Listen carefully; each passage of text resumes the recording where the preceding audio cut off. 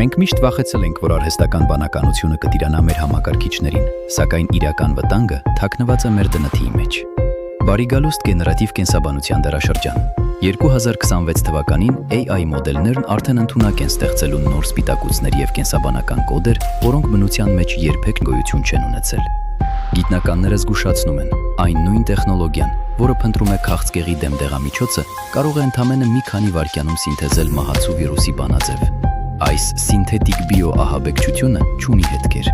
AI-ը կարող է ստեղծել այնպիսի թույներ, որոնք անտեսանելի են ժամանակակից բժշկական թեստերի համար և չունեն հակաթույն։ Ամենասարսափելին այն է, որ այս տեխնոլոգիաներն արդեն հասանելի են բաց կոդով։ Արդյոք մենք պատրաստ ենք մի աշխարհի, որտեղ համակարգչային ծրագիրը կարող է վերագրել կյանքի հիմնական կոդը և ստեղծել համաճարակ, որին բնությունը պատրաստ չէ։ Մարդկության ապագան այլևս գրվում է ոչ թե էվոլյուցիայի, այլ ալգորիթմների կողմից։